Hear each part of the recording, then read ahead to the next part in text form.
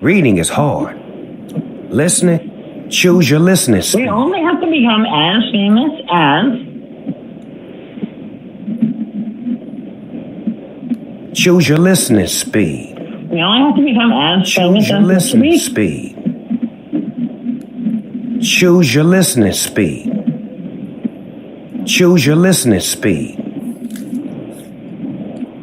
Hi, I'm Cliff. I'm the founder of Speechify. Thank you, Cliff. I appreciate it. What? What? I said we only have to become as famous as Mr. Beast. You know, no biggie. Oh, God. Biden is way more famous than Mr. Beast. True. They don't ask who's the most popular YouTuber when you've had a stroke.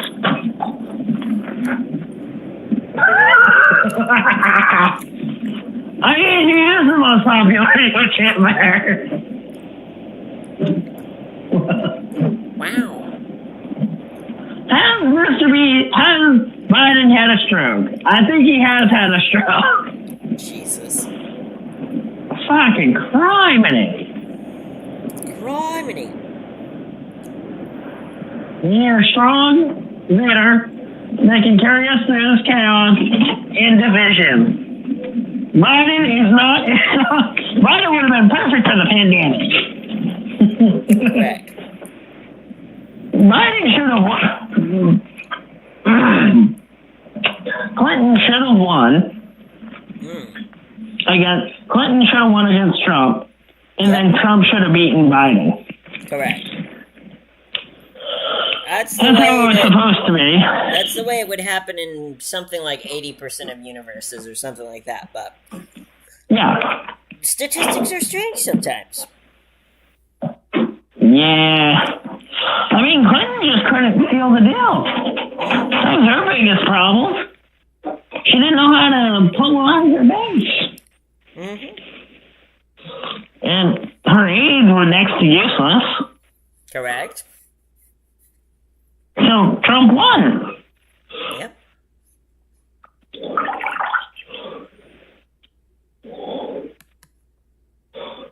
And then Biden talked a good game, but...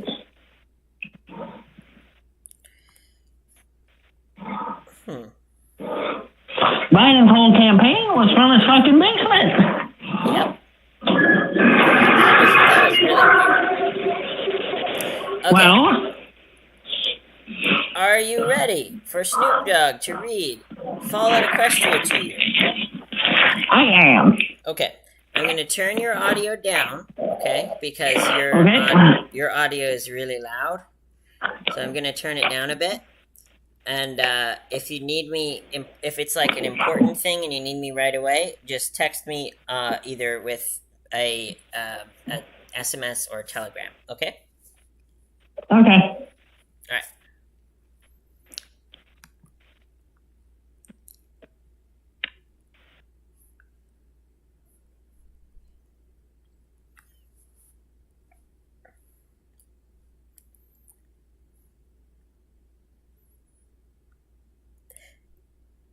Hello, my friends, and welcome to an episode of Furry Fireside Chats. And today we are reading one of the most famous fan fictions of all time. It's called Fallout Equestria. And why don't we have Snoop Dogg read the introduction for us?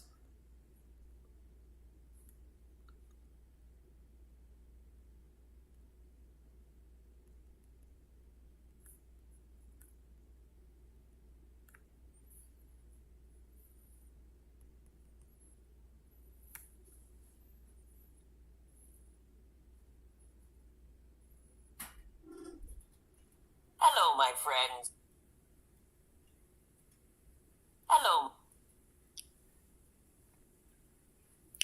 Why is it not? Okay, whatever.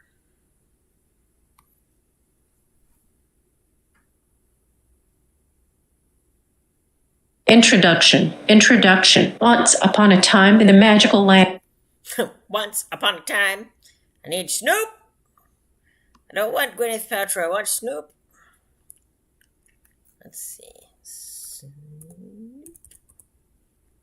Snoop Dogg. What up, though? It's Big Snoop D-O double G, and I'm an English voice from the United States. It's beautiful. Okay, here we go.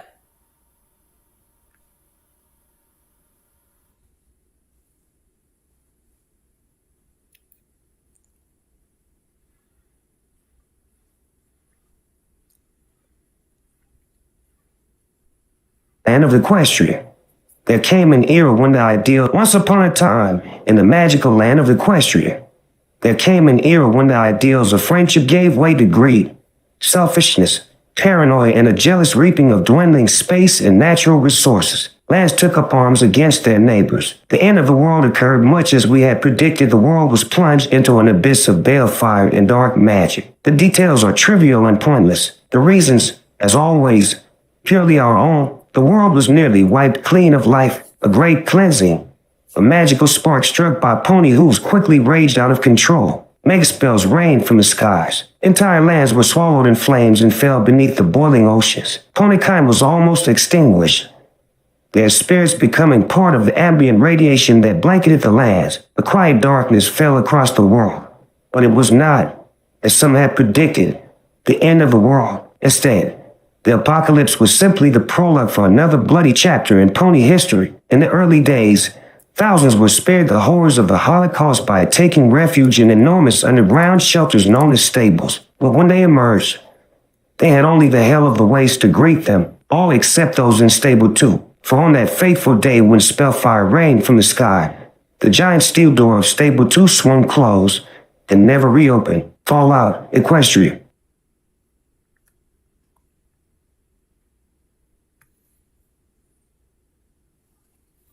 Okay, so that's the introduction.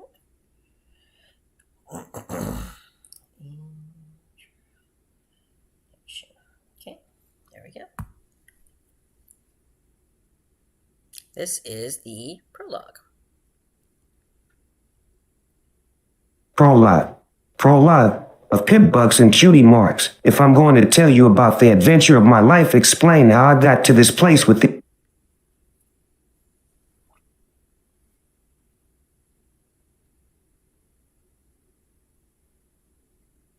prologue of pimp bugs and cutie marks. If I'm going to tell you about the adventure of my life, explain how I got to this place with these people, and why I did what I'm going to do next, I should probably start by explaining a little bit about pimp bugs. What is a pimp bug? A pimp bug is a device worn on a foreleg just above the hoof, issued to every pony in a stable when they become old enough to start work. A blending of unicorn, pony magic, and science. If I'm going to tell you about the adventure of my life, explain how I got to this place with these people, and why I did what I'm going to do next, I should probably start by explaining a little bit about pimp bugs. What is a pimp bug? A pimp bug is a device worn on a foreleg just above the hoof, issued to every pony in a stable when they become old enough to start work. A blending of unicorn, pony magic, and science. Your pip bug will keep a constant measure of your health and even help administer healing poultices and other medicine, track and organize everything in your saddle packs, assist in repairs, and keep all manner of notes and maps available at a hoof tap. Plus, it allows you to listen to the stable broadcast whenever you would like, as it can tune into and decrypt just about any radio frequency. And that's not all. A pony's pip bug generates an EFS, eyes forward sparkle, that will indicate direction and help gauge whether the ponies or creatures around you are hostile. And perhaps most impressively, a pip bug can magically aid you in a fight for brief periods of time through use of the SATS, Stable Tech Arcane Targeting spell. Oh, and a feature not to be forgotten, it can keep track of the location of tagged objects or people, including the wearers of other pip bugs. So if a pony somehow got lost, don't ask me how you could get lost in a stable, but it does happen on occasion. Then anybody who knew the lost pony's tag could find them instantly. It can even be made to glow like a lamp. So yes, pip bugs really are a testament to unicorn pony arcane science. And yes, having a pip bug is a big advantage. So with how wonderful and miraculous all that just sounded, it's hard to impress upon ponies who never lived in a stable just how ordinary how pedestrian a pit buck was in the eyes of the ponies living in stable 2, and why I was disappointed to have one as my cutie mark. Every pony in stable 2 had a pit buck. All that stuff I mentioned. Most ponies don't use even half of that. They just used it to tune into the stable broadcast, listen to the sweet voice of Velvet Remedy in the evenings or the latest school singing competitions during the day. The stable had 2 soccer leagues, one which allowed SATs and one which prohibited it. Otherwise, most ponies paid their pit bucks almost no attention at all. The overmare issues each pony their own pit buck on the day of their cutie mark party, usually a day or 2 after you get the mark on your flanks that tells everybody what makes you special, what you're destined to be good at. Once it shows, the overmare knows what work to assign you. You know your place in the stable. So no, I was not thrilled that what made me special was something that everybody had, which was a lot like being told I wasn't special at all. Sure, getting a pit buck as my cutie mark could have meant I was destined to become an awesome pit buck repair filly or something. But in reality, it was like getting a cutie mark of a cutie mark. Didn't help that I was the last pony to get her cutie mark. Not surprising in retrospect. Kinda tough to find what you're supposed to be good at when what you're supposed to be good at is something you don't get until you found what you're supposed to be good at. So I tried everything. I even tried to invent new things. As a unicorn pony myself, my innate magics allow me a level of fine manipulation that earth ponies don't enjoy. Any pony can hold a key in their teeth and open a lock, but using multiple tools in a very delicate operation that requires precision levitation. So I decided to learn to pick locks with a bobby pin and screwdriver, and I was even getting pretty good at it. Unfortunately, it didn't get me my cutie mark. It just got me into trouble. I even, to my humiliation, went through the CAT, cutie mark aptitude test, in the hopes it would guide me to what made me special. But no, my CAT was utterly average, with only marginally high scores in a couple areas, indicating that I might be suited for work as a pit buck technician or a stable loyalty inspector. 2 options, I should know, that were even less impressive when you consider that it was generally expected that unicorn ponies would go into either technical or administrative work. That is, except the unicorn ponies who are natural artists, like Velvet Remedy. As I said before, our inherent magic allows us the sort of fine manipulation that technical work demands. Likewise, the overmare and her government were always unicorn ponies. It is the overmare's unicorn magic, after all, that creates the false sunlight used to grow our underground apple orchard. And while our apples might not look like those beautiful red things in the old books, they are what keep us alive. It was only because they let me try my hooves at both positions that I gained access to a pit buck before receiving my own. Otherwise, I might never have gotten my cutie mark. Oh, my name is Little Pip. Go figure. I was given the name because I was the youngest and the smallest. And even my mother had the good sense not to call me Pipsqueak. Not that I don't love her, but when a filly's cutie mark is a glass of horrid apple cider. Anyway, funny how names like that turn out sometimes. Pleased to meet you. Here is my story.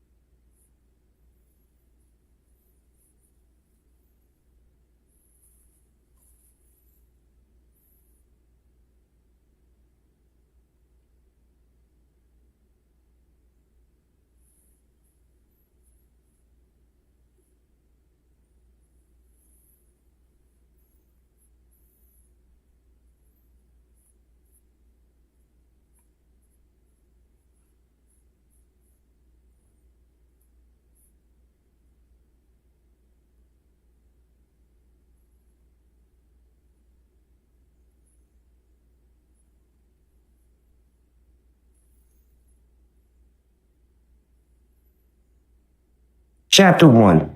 Out of the stable. Chapter 1. Out of the stable. Because in stable 2, no pony ever enters and no pony ever leaves. Gray. The walls of the maintenance stalls were all very monotonous, dull gray. The particular wall I was staring at had the merit of being a very clean gray. Pit bucks were notoriously hardy and reliable, so being the stable's pit buck technician meant that there were long periods of nothing to do. Being the pit buck technician's apprentice meant that I was assigned all the mundane daily chores while my trainer took extended naps in the back room. Chores like cleaning the walls. This wall needs a mural. I let myself fantasize, picturing the overmare agreeing and ordering Pallet herself to turn our entire stall into one of her brightly colorful masterpieces. Pallet was the greatest painter in Stable 2, and like every skilled artist, that made her a stable treasure. Life in Stable 2 inevitably began to eat at your spirit. You were born in the stable. You lived your whole life in the stable. You were going to die there. And the course of your life was largely laid out for you to see by your cutie mark party. So the overmare insisted that a new song be added to the stable broadcast repertoire each week. That public areas were brightly painted and adored with uplifting and motivational murals. That regular parties were planned in the atrium, all in an effort to distract and stave off depression. Reality came crashing back as I stared at the eternally blank grate. Beautifying maintenance areas was tragically low priority already, and the pit buck technician stall was one of the least trafficked parts of maintenance. I felt my ears droop as I started to realize that I'd be staring at this same gray wall nearly every day for the rest of my life. Oh dear, is it really that bad? And there she was, Velvet Remedy, the gorgeous charcoal-coated unicorn with streaks of color in her white mane and with a voice as smooth as silk and rich as fine as chocolate, was standing in the doorway of my stall. I felt immediately grateful that I had finished the cleaning and simultaneously ashamed that the room was so beneath her. I couldn't believe she was standing there. I seen her on the stage above us at late parties. I listened to her songs incessantly, recording every new one on my pit buck so that I didn't have to wait to hear it again. I'll admit it now. I had a crush on Velvet Remedy for years. Me and at least 300 other ponies. My mother used to laugh at that. Little Pip, she would say, chortling with her friends, Velvet Remedy's barn door doesn't swing that way. It took me a couple years to understand what my mother had meant by that, and took me several seconds to process that Velvet Remedy had just asked me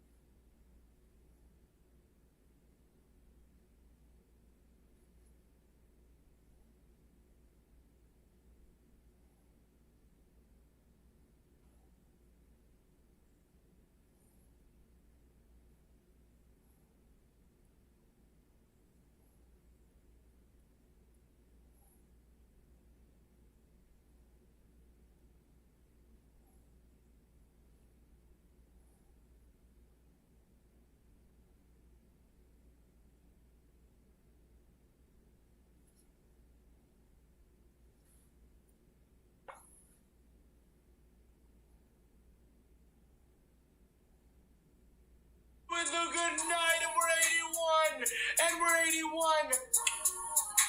7D still a possible.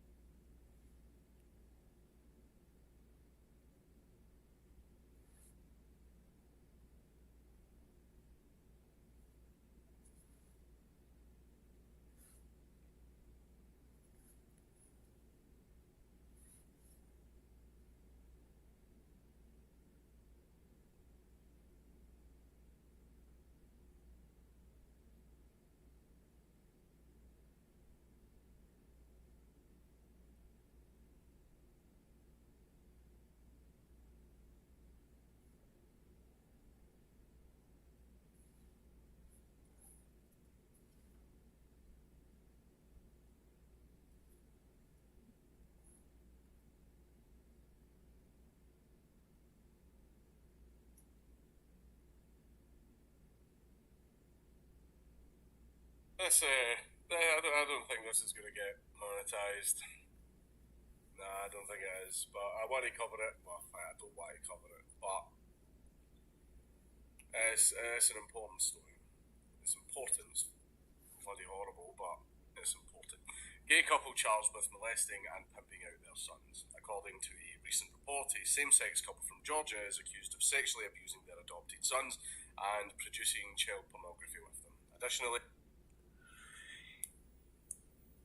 10 hours of AS.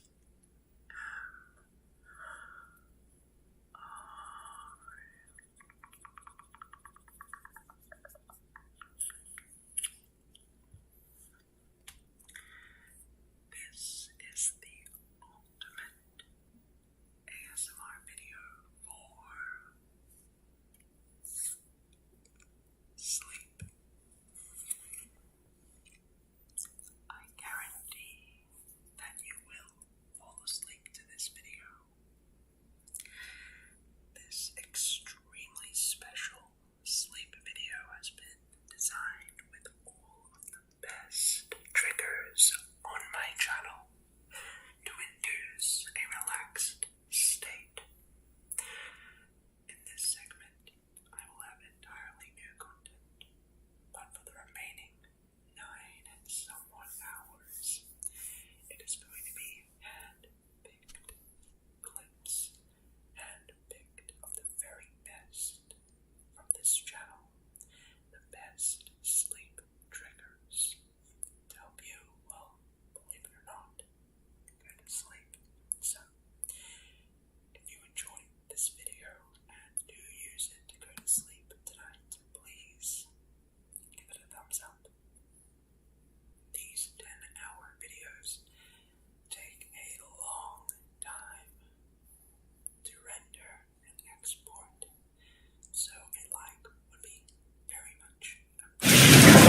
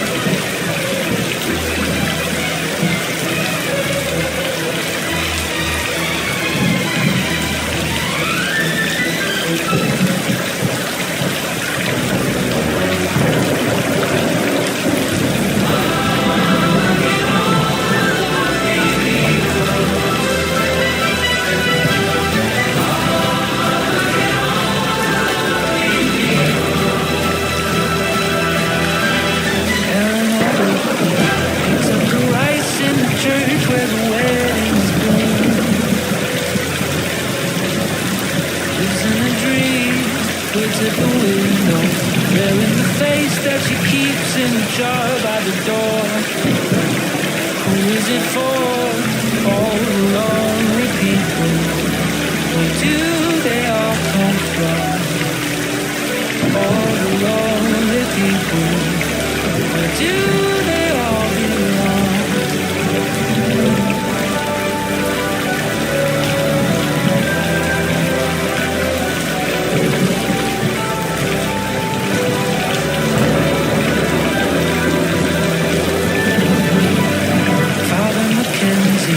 Writing the words of a sermon that no one would hear.